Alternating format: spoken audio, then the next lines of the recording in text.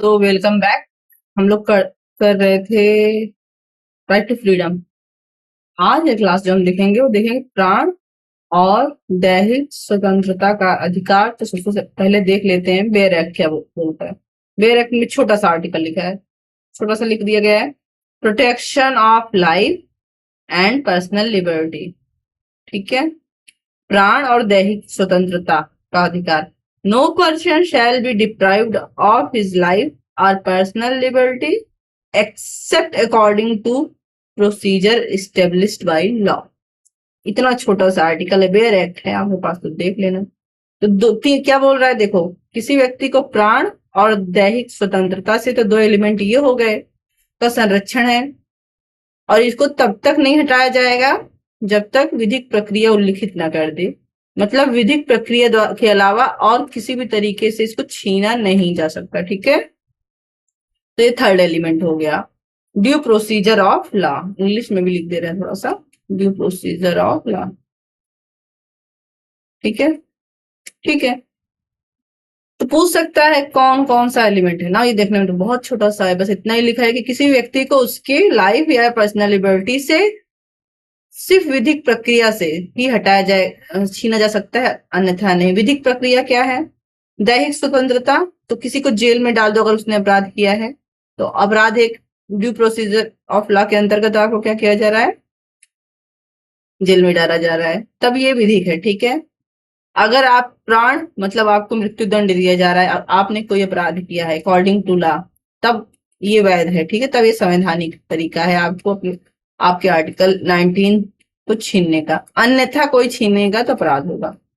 ठीक है, इतना तो पता है ना। इसमें सबसे तीन बातें तो हो गई, एक प्राण का अधिकार प्राप्त है और दैहिक स्वतंत्रता का अधिकार प्राप्त है, और इनको तभी छीना जाएगा जब कानून ऐसी इजाजत दे। तो हम कोई ऐसा अपराध करेंगे तभी कानून इजाजत देगा, है ना। देखो, right to life, right to personal liberty और प्रोसीजर स्टेब्लिश्ड, तीन चीजें इसमें है। Right to life, right to liberty और due procedure of established procedure of law. ठीक है, शॉर्ट में लिख लोगे अगर कई बार पढ़ के तभी समझ में आएगा। देखो, प्राण क्या होता है? प्राण के अधिकार में सिर्फ जीवन ही नहीं है, जिंदा और मृत्यु नहीं है। ठीक है, ये हमेशा याद रखना। सिर्फ जिंदा रहना ही प्राण का अधिकार नहीं है। जिंदा प्राणी अच्छे से जिंदा है, ठीक है, मानव जीवन जी रहा है, ना कि जानवर की तरह कुछ भी पा रहा है, खा ले रहा है, कुछ भी कहीं भी सो जा रहा है, ऐसे नहीं। मानव जीवन एक गरिमामय पूर्ण जीवन। ठीक है, इसके लिए क्या आवश्यक है? अच्छा वातावरण। ठीक है, अगर अच्छा वातावरण रहेगा तभी हमें अच्छी हवा मिलेगी, अच्छा पानी मिलेगा, है ना, तभी हमारा जीवन स्वस्थ रहेगा। नहीं तो हम हमेशा क्या रहेंगे? बीमार रहेंगे। तो बीमार रहेंगे तो क्या होगा? हमारे प्राण के अधिकार, जीवन के अधिकार, गरिमा में पूर्ण जीवन के अधिकार को प्रभावित करेगा, हो सकता है हमारी मृत्यु हो जाए। ठीक है, तो एमसी मेहता के केस में ये कहा गया था। नाउ, गरिमा में पूर्ण जीवन का अधिकार फ्रांसिस को कोरली मुलिन के बाद में कहा गया था। ठीक है, वो इतना इंपॉर्टेंट नहीं है। जिंदा रहने के लिए हमें क्या चाहिए? नौकरी चाहिए, आजीविका चाहिए जहां हम कमा खा सकें। ठीक है, जॉब चाहिए। किस केस में ये कहा गया था? ओल्गा टेलिसी केस में। ठीक है, हम कुछ केसेस लिख दे रहे हैं जो बार बार पूछे जाते हैं। फिर आश्रय का अधिकार, आश्रय मतलब कहीं रहने का अधिकार। अगर हमारे पास घर वगैरह नहीं है तो सरकार हमको क्या दे? आश्रय दे, या कोई, ताकि हम कहीं रह सकें। ठीक है, ये किस केस में कहा गया था? उत्तर प्रदेश आवास एवं विकास परिषद के केस में। ठीक है, ना शिक्षा का अधिकार, तो अभी हम देख लेते हैं वो क्या है। ठीक है, जो कि यहाँ पे ये वाला उन्नी कृष्णन के केस में कहा गया था, वेरी इंपॉर्टेंट वाला ये। ठीक है, शीघ्र सुनवाई का अधिकार। देखो, अगर हम जेल में हैं तो हमारी दैहिक स्वतंत्रता प्रभावित हो रही है। अब देखो, दैहिक स्वतंत्रता का देख लेते हैं कुछ। हाँ, सेकेंड वाला है ना। और हो सकता है कि हम क्या हो? बेकसूर हो, तो हमें जल्द से जल्द कोर्ट में सुना जाए, तभी तो हमको बेल मिलेगी, हमारा फैसला आएगा। तो शीघ्र सुनवाई का अधिकार हमारा बनता है।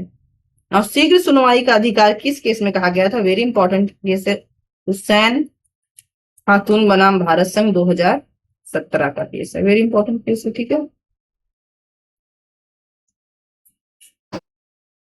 हथकड़ी लगाने के विरुद्ध अधिकार, एकांत कारावास के विरुद्ध अधिकार, बेड़ियों से बचने का अधिकार, बंधुआ मजदूरी के खिलाफ अधिकारी वाला केस इंपॉर्टेंट है, ठीक है। बहुत सारे केस हैं, आप सारे केस चाहो तो देख लो। बंधुआ मजदूरी, इस केस को बहुत आसानी से याद किया जा सकता है, क्यों? क्योंकि इस केस का नाम है Bandhua Mukti Morcha case versus Union of India, Bharat संघ 1984 में। सन याद रखना चाहिए क्योंकि एक केसेस के बहुत सारे नाम होते हैं। आपातकाल चिकित्सा का अधिकार, ठीक है। इंटरनेट का अधिकार, ये किस किस में कहा गया था? इंटरनेट का अधिकार भी है ताकि हमारा जीवन अच्छे से चल सके। किस केस में ये कहा गया था? फहीमा सिरीन के केस में। इसमें फहीमा सिरीन वर्सेस केरल राज्य स्टेट, ठीक है, स्टेट ऑफ केरला 2019 में, ठीक है। सोने का अधिकार है हमें, सतत विकास का अधिकार है, सुरक्षित वातावरण का अधिकार है, ठीक है।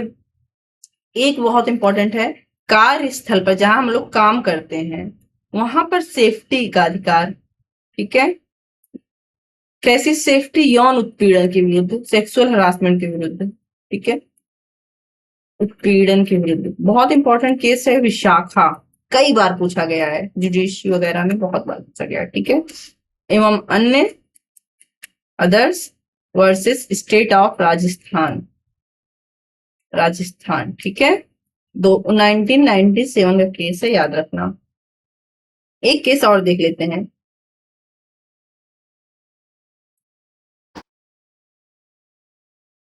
नवतेज सिंह जौहर है केस है, ये भी एक बार आप देख लेना, इंपॉर्टेंट है, ठीक है। जो अगला केस हम बोल रहे थे देखने को, जोसेफ साइन का केस है, 2018 में आया था। इस क्या है ये? जारता का नाम सुना हो कहीं, ठीक है, जारता की वैधता पर आधारित था, ठीक है। 497 आईपीसी में था, ठीक है। बहुत सारे केस है, इतना आप देख लेना, ठीक है। निवारक निरोध के लिए एक केस है, मोहम्मद इब्राहिम। चलो, आई थिंक आपको समझ में आ गया कि आर्टिकल 19 क्या बोल रहा है। नाउ 21 ए, आर्टिकल 21 देखते हैं क्या है।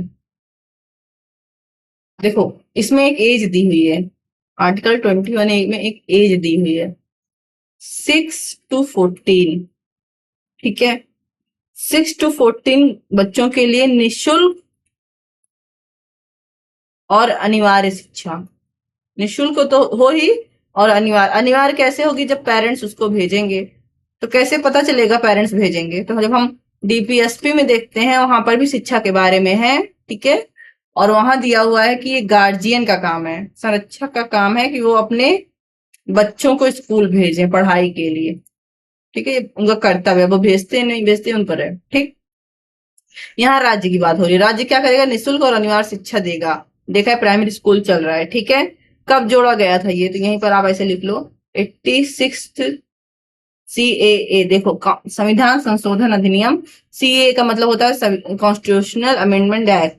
तो आप हिंदी में संविधान संशोधन अधिनियम, आप CAA करके याद कर लो। देखो, इसको 8 में से 6 गया 2, 2 बार 0 आ गया, फिर 8 में से 6 गया 2, 2002। ऐसे इसको याद कर लेना, मतलब ये कोई ऐसे में दिमाग में रखने के लिए ऐसा कोई नियम नहीं है कि ऐसे घटाने पर सन बनता है, ठीक है। 8 में से 6 गया 2, और 8 में से 6 गया 2, और 20 बीच में 2002, ठीक है। ओके, उन्नी कृष्णन का केस अभी हमने देखा था, वेरी इंपॉर्टेंट है, ठीक है। शिक्षा का अधिकार भी सबको होता है, और ये किसमें आता है? शिक्षा का अधिकार प्राण और दैहिक स्वतंत्रता में आता है, इसीलिए इसको आर्टिकल 21 के बाद लिखा गया है ना। अगली क्लास में हम लोग आर्टिकल 22 देखेंगे, ओके।